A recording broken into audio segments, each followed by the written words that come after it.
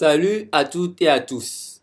Bienvenue sur la chaîne Driga Cognition, toujours dans l'acte de connaître. Nous sommes là.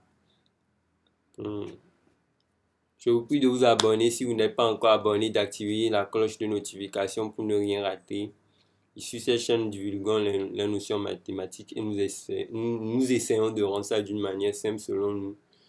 Et nous espérons que celui qui regarde ça, c'est vraiment ça pour lui. Et si c'est le cas, veuillez commenter pour apprécier le contenu, pour nous encourager, pour m'encourager spécialement puisque je suis là et j'essaie de faire de mon mieux. Ok. Pour donner encore plus de mon mieux. Ok. Puisque bon, c'est à vous de voir, de dire comment vous appréciez. Ok. On est là. Donc, voici l'exercice. On est en train de parler des primitives. Bon. Cette vidéo va vous aider à comprendre ce que c'est bien correctement, ce que c'est que la notion de une primitive, les primitives, toutes les primitives, qui a encore l'ensemble des primitives, ou bien quoi encore. J'ai dit toutes les primitives, qui a encore l'ensemble des primitives, ou bien bon. Les primitives, c'est bon. On évolue. Voici l'exercice. Soit j'ai une fonction définie sur R. J'ai pris l'exemple d'une fonction polynôme pour faire le travail ici. Et bon, il peut y avoir, ça veut dire que la fonction peut changer. Et ça ne va pas forcément polynôme, mais bon, c'est toujours la même manière de procéder dans les écrits. Bon, ne vous inquiétez pas. Ce qu'on fait, il y aura d'autres vidéos qui viendront à l'avenir pour d'autres notions concernant les primitives. Ok. Donc, soit j'ai une fonction définie sur R. G de x égale à 1 tiers de x au carré plus x moins 1 tiers. C'est bon? Vérifie que la fonction quoi? Vérifie que la fonction grand G définie par grand G de x égale à 1 sur 9x au cube plus 1 demi de x au carré moins 1 tiers de x est une primitive de G, de petit g. On a alors une primitive de petit g, c'est bon? C'est ce qu'ils sont en train de nous expliquer que quoi? On est en train de nous dire que quoi? Grand G est une primitive de petit g, c'est bon? C'est tout. Ce qu'ils sont en train de dire là-bas, c'est qu'on note une primitive grand G. Et maintenant, petit g, c'est la fonction, c'est tout. Mais bon, appuyez sur pause quand vous allez écouter tout ce que je vais dire et puis vous allez résoudre l'exercice. Puisque j'ai déjà divulgué tout ce qu'il faut. Donc, vous allez essayer et vous allez voir le corriger pour voir les imperfections sur lesquelles ça ne va pas. Et bon. Maintenant, on dit quoi? Déterminer les primitives ou encore toutes les primitives, l'ensemble des primitives grand U de la fonction G. Quand on parle de les primitives ou encore toutes les primitives ou encore l'ensemble des primitives, c'est la même chose. Ils ont appelé ça ici U. Donc, quand on parle de ça, les primitives, ça veut dire que vous avez une primitive, c'est que vous devez connaître une primitive maintenant et vous prenez une primitive plus maintenant une constante que vous allez choisir selon vous. Vous pouvez prendre la constante comme étant T ou bien K et c'est que la constante soit élément de R. Et vous allez prendre une primitive plus la constante en question qui va être élément de R. Vous allez voir plus dans un exemple, dans le corrigé. J'ai même fait des exemples auparavant, donc ça va être facile pour vous. Maintenant, quand on vous dit de déterminer la fonction grand F primitive de G, telle que U de 0, grand U de 0 égale à 1, ça là c'est encore une autre question, mais bon, maintenant on dit que quoi? On dit qu'on cherche alors la primitive lorsque on nous donne une condition initiale, c'est bon? Il n'y a pas de problème. Donc, on va démarrer avec, bon, on va faire encore quelques rappels encore, non? Et puis, on va démarrer. Voici, rappel encore, quelques petits rappels. Vous avez que quand vous avez une fonction f de x égale à a, puisque la variable c'est x, donc la primitive serait grand f de x égale à ax, c'est bon? Si vous avez une fonction petit f de x, la variable étant x, donc la primitive, vous savez quoi? X au carré sur 2. Tout ça, ça provient de ceci. Du fait que une primitive de quoi? De f de x. J'espère que j'ai bien dit. Ici, c'est une primitive. C'est bon? c'est une primitive que je cherche à trouver dans tous les cas ici. C'est bon, c'est pour ça que je n'ai pas mis plus une constante. C'est clair pour vous? Ok.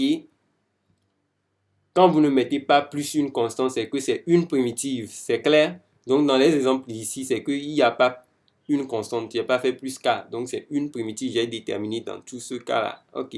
Donc, maintenant, on dit que quoi? F de x égale à x puissance n. Donc, grand F de x égale à x puissance n plus 1 sur n plus 1. C'est bon? Et c'est l'élément de R. C'est bon?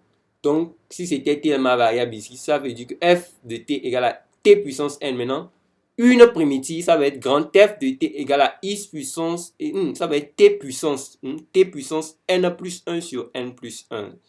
J'espère que c'est clair pour vous aussi. Ok, c'est bon. Donc maintenant, on va démarrer par la résolution. J'espère que vous appuyez sur pause, vous essayez. Et puis vous venez voir. Ok. Voilà, je pense ici. On dit de vérifier que la fonction grand G définie par grand G de x est une primitive de G. C'est bon? De petit g. Donc ça, c'est pas compliqué. Quand on demande de vérifier, ne souffrez même pas. C'est bon, ce n'est rien même. Vous faites, ça va être comme une phrase fétiche. De toute façon, ça c'est juste de changer les choses par les choses qu'ils vont mettre. Ils disent grand T est une primitive de petit t. Là, vous savez ce qu'il faut faire. Regardez, c'est la phrase ça.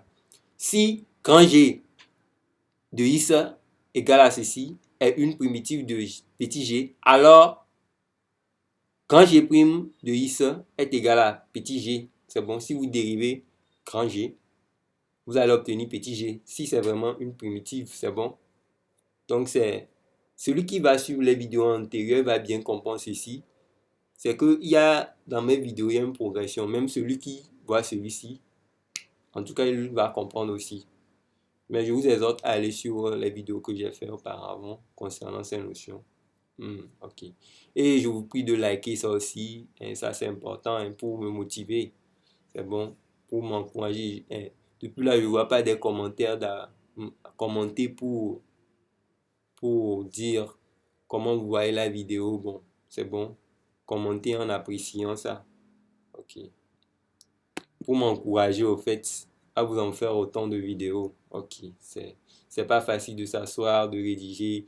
En tout cas, on essaie de vérifier aussi des fois. On vérifie avant de le publier. Voilà, non. Ok. Donc, on évolue. Voici. C'est ce qu'il y a dit. Maintenant, on est obligé de... On va dériver, non? Ok. Si grand G est une primitive de G, alors grand G' va être égal à G de... On va dériver, on va vérifier vraiment si c'est vraiment vrai. Donc, on dérive grand G. Donc, quel que soit x élément de R, grand G' de I, ça fait quoi?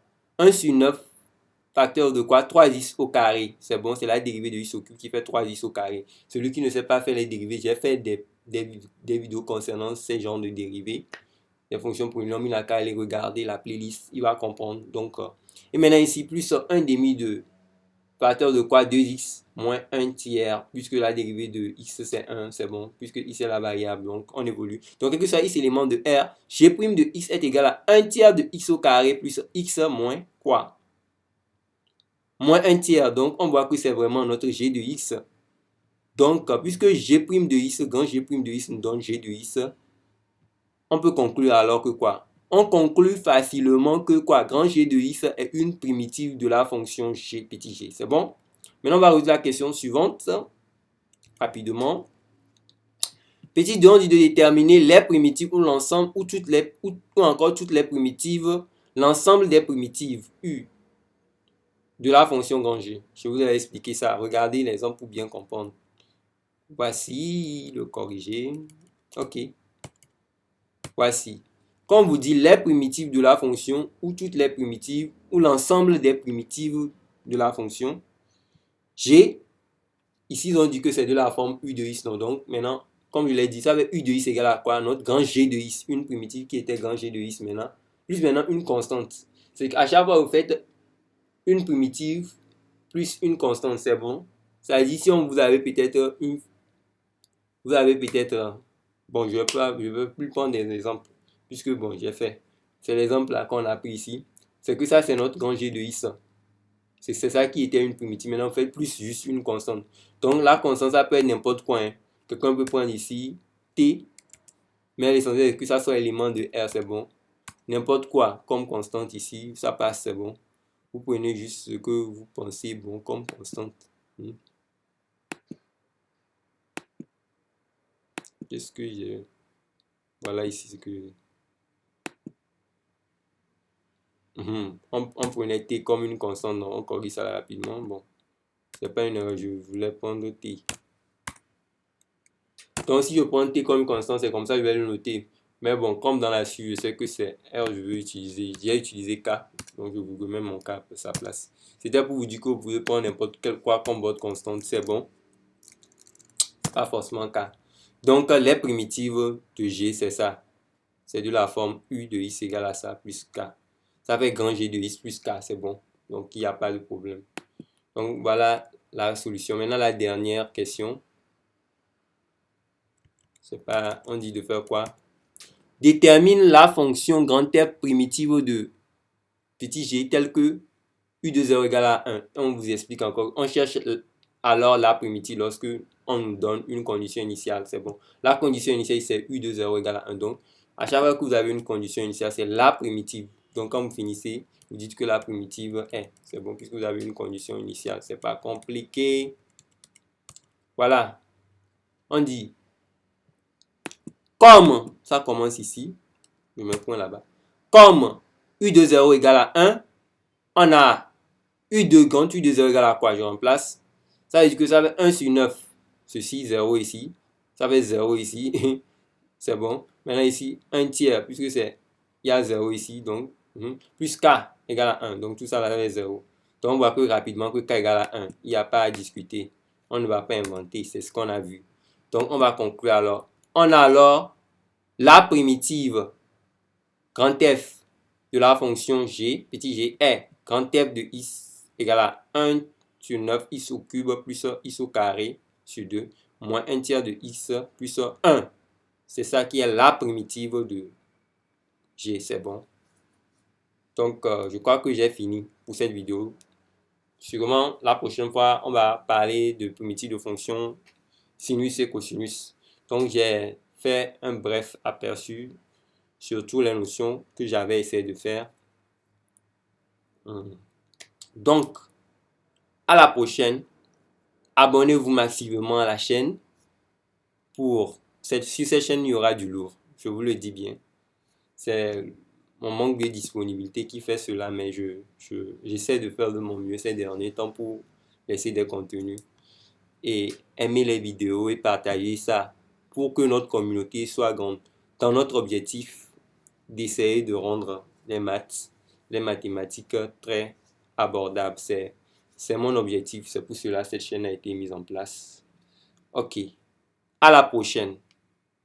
Abonnez-vous. N'oubliez pas de liker la vidéo et laisser votre commentaire si ce contenu vous a plu. Ok.